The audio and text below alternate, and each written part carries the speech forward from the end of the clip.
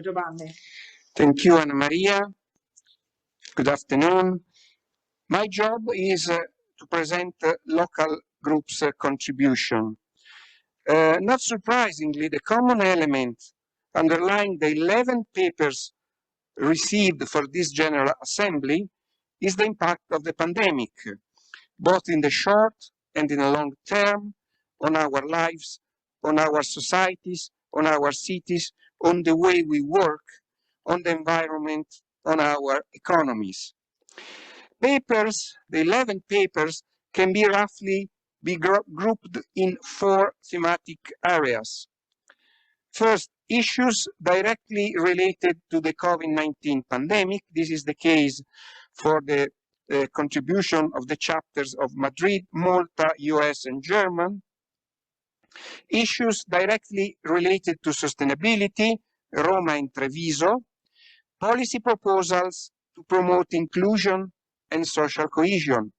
In this group fall the documents of 3 chapters, Messina, Milano, and Padua.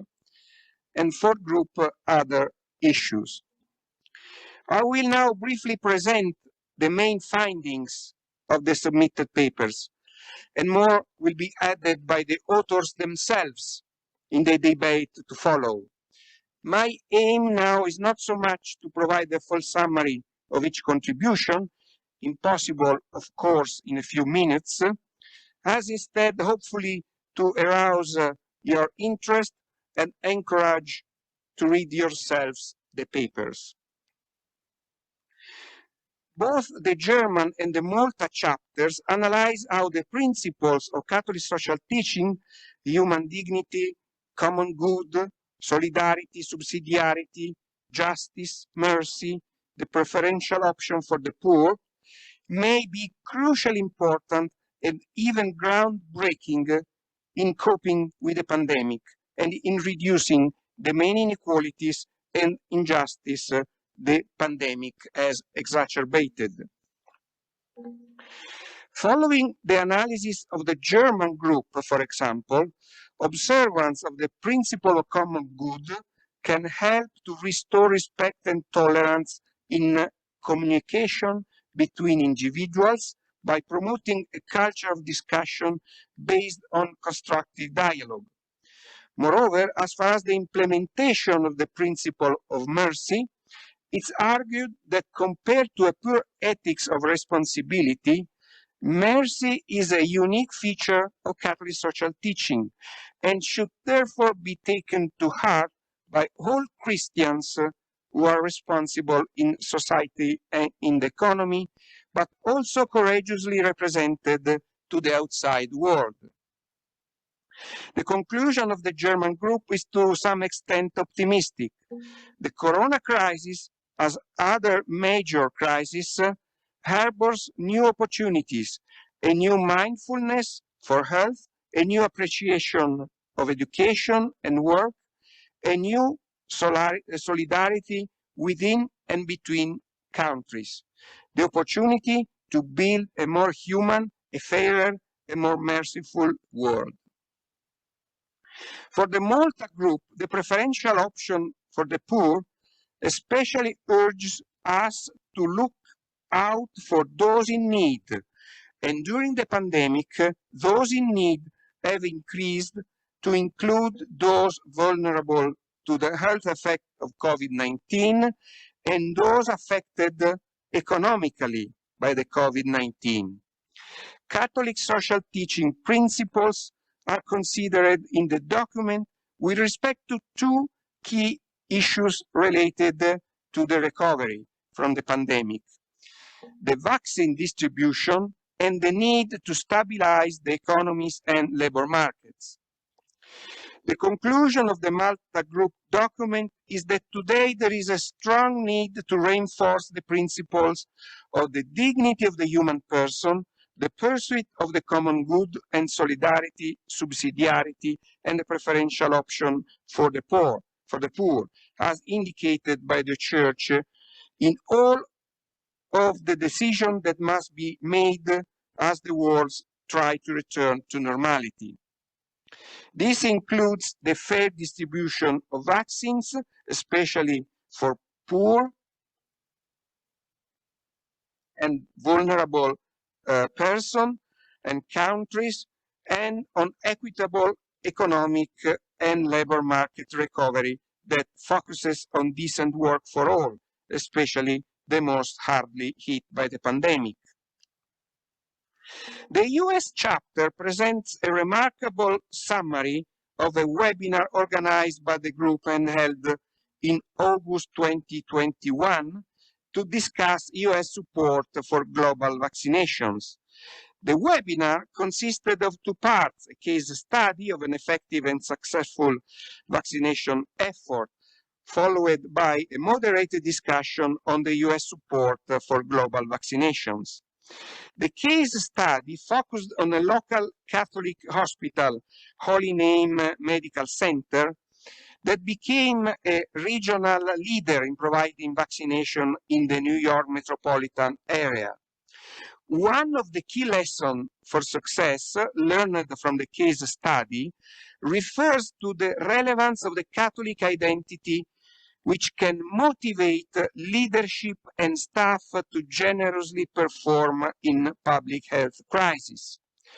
The discussion explored how the Catholic social teaching principles of solidarity and subsidiarity relate to the question of the US providing support for a global vaccine effort. Based on the principle of solidarity, the members expressed that there is an obligation to support global vaccine effort, especially when aimed at the poorest around the world. But based on the principle of subsidiarity, members also acknowledged the complexity and challenge involved in organizing such an effort. Special emphasis, finally, was placed on the need for proper cooperation and for placing responsibility for implementation at the correct level and with the correct organizations and people. The Madrid chapter elaborated an interesting reflection on the subjective dimension of work in the COVID-19 age. Here, the distinction is between the objective and subjective dimension of work, as clearly defined by St. John Paul II in Laborem Exercens. I quote, "Work in the objective sense constitutes the contingent aspect of human activity, which constantly varies in its expressions according to the changing technological, cultural, social, and political conditions.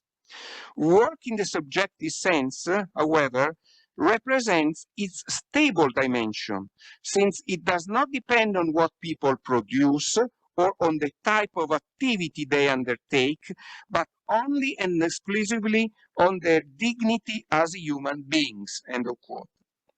The pandemic has changed the way we work in our society, and the issue raised by the Madrid group is whether or not these new ways of working are more solidary, cooperative, and responsible. As remote working has clearly shown that it's possible to work from different places and not just in the office, and thus the objective dimension of work has clearly changed, the true question is whether and how far this change has affected the subjective dimension of work. Is it now less important than before as a consequence of all these changes? Borrowing from the sociological speculation by Zygmunt Bauman, the big question of the paper is how liquid the concept of the subjective dimension of work is, and may this contribute to helping people to fulfill their expectation in a different way today, 30 years after the publication of Centesimus Annus? Read the paper to have the answers. The Group of Rome reports on a dedicated survey aimed at understanding how to develop the sustainability-related competences which are crucial today to face the current complex challenges of the world.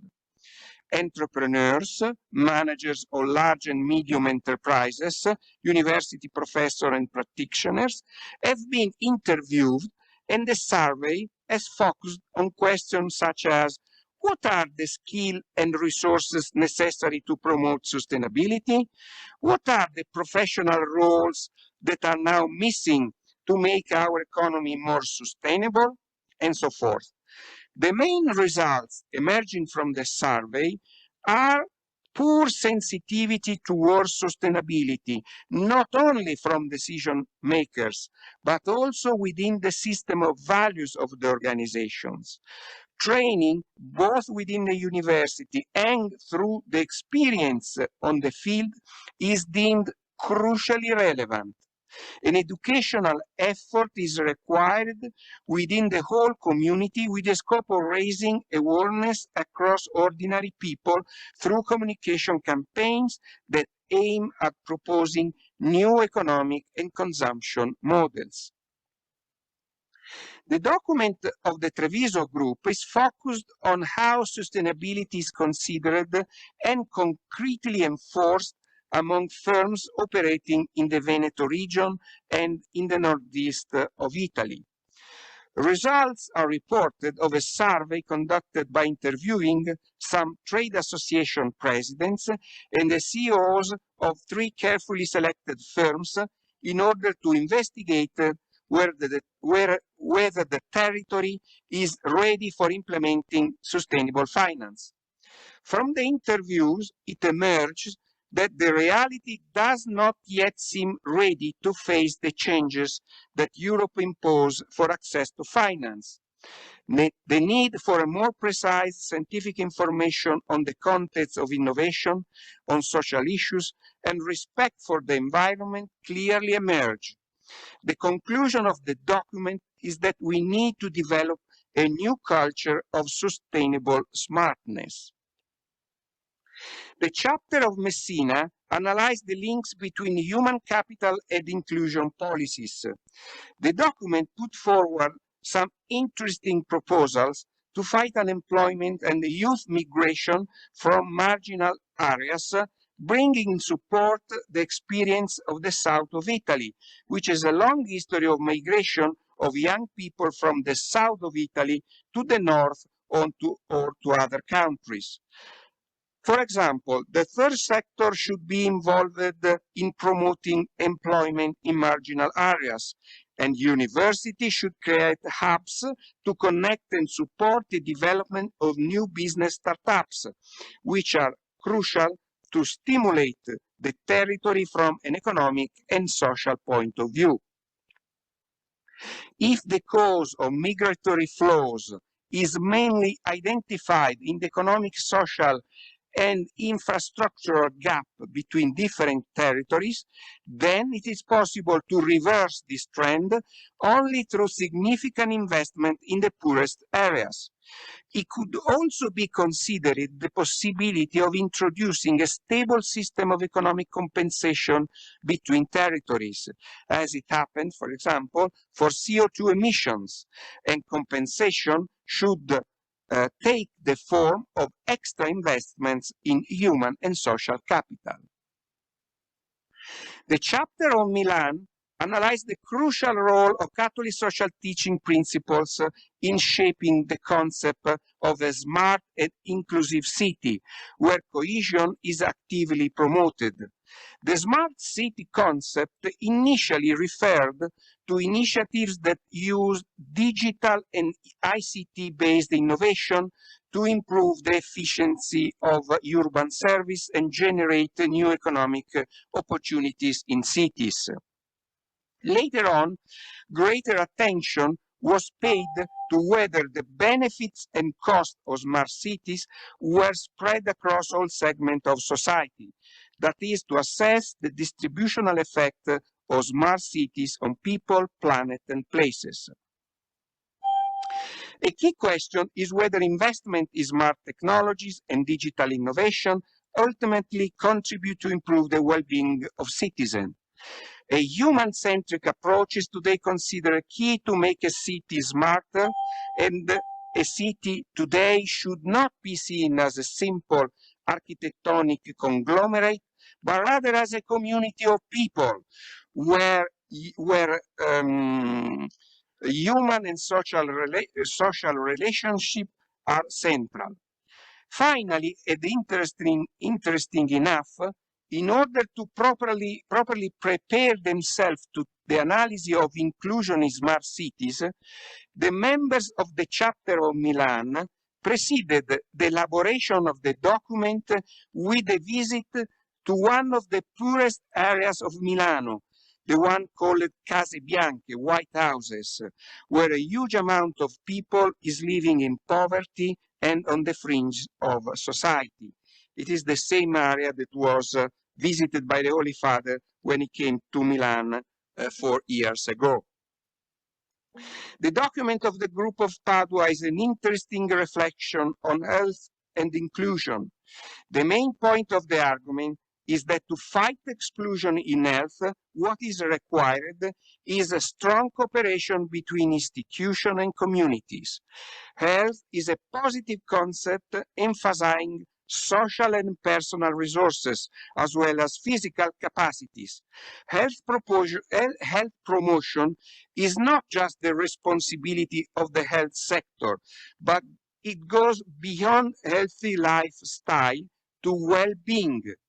However, recent financial crisis, the negative effect of globalization processes, aging population, and the new pandemic have all hardly hit our society and have brought about a substantial impoverishment and social isolation of most vulnerable people. The Recovery and Resilience National Plan, the Italian strategy to make the best possible use of the Next Generation EU program, represents a crucial opportunity to adopt a real reform of the healthcare system that should be person and community centered.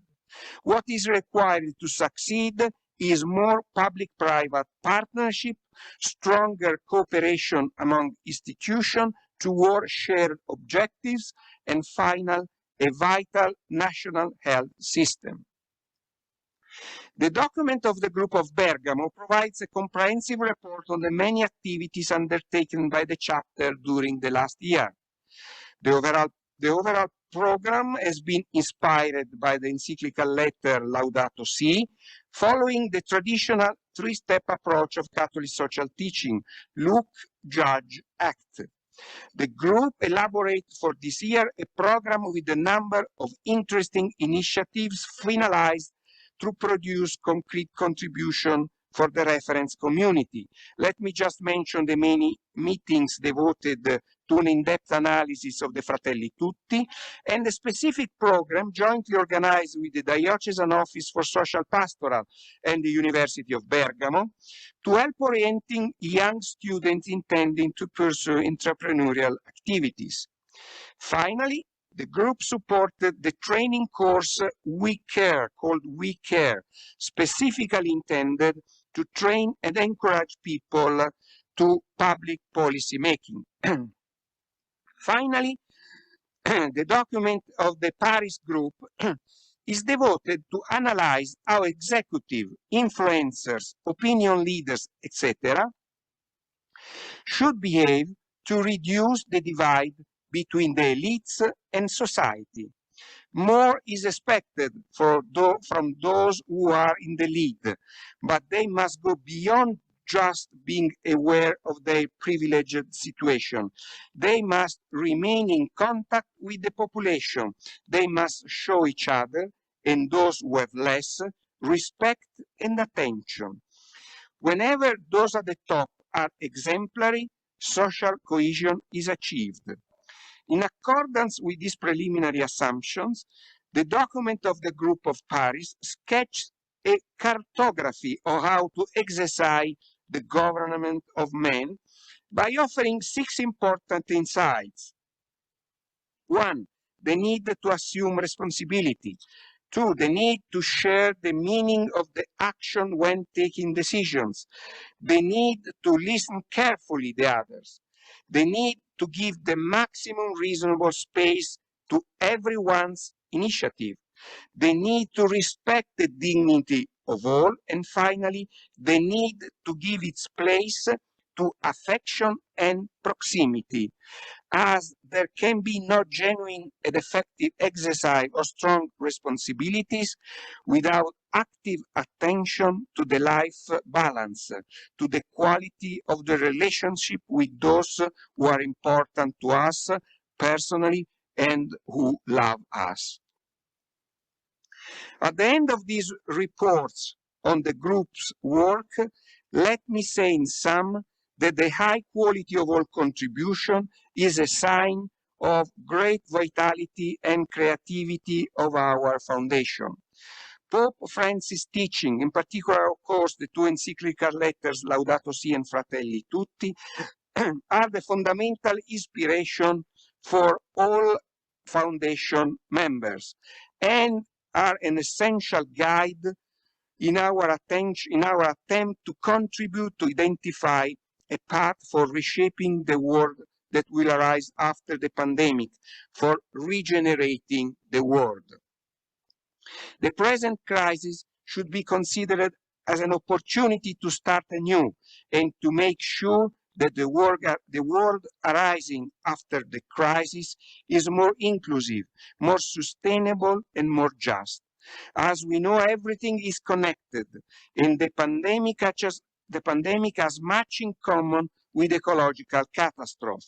Both are global emergency that are affecting many people and are experienced most deeply by the poor and by the vulnerable.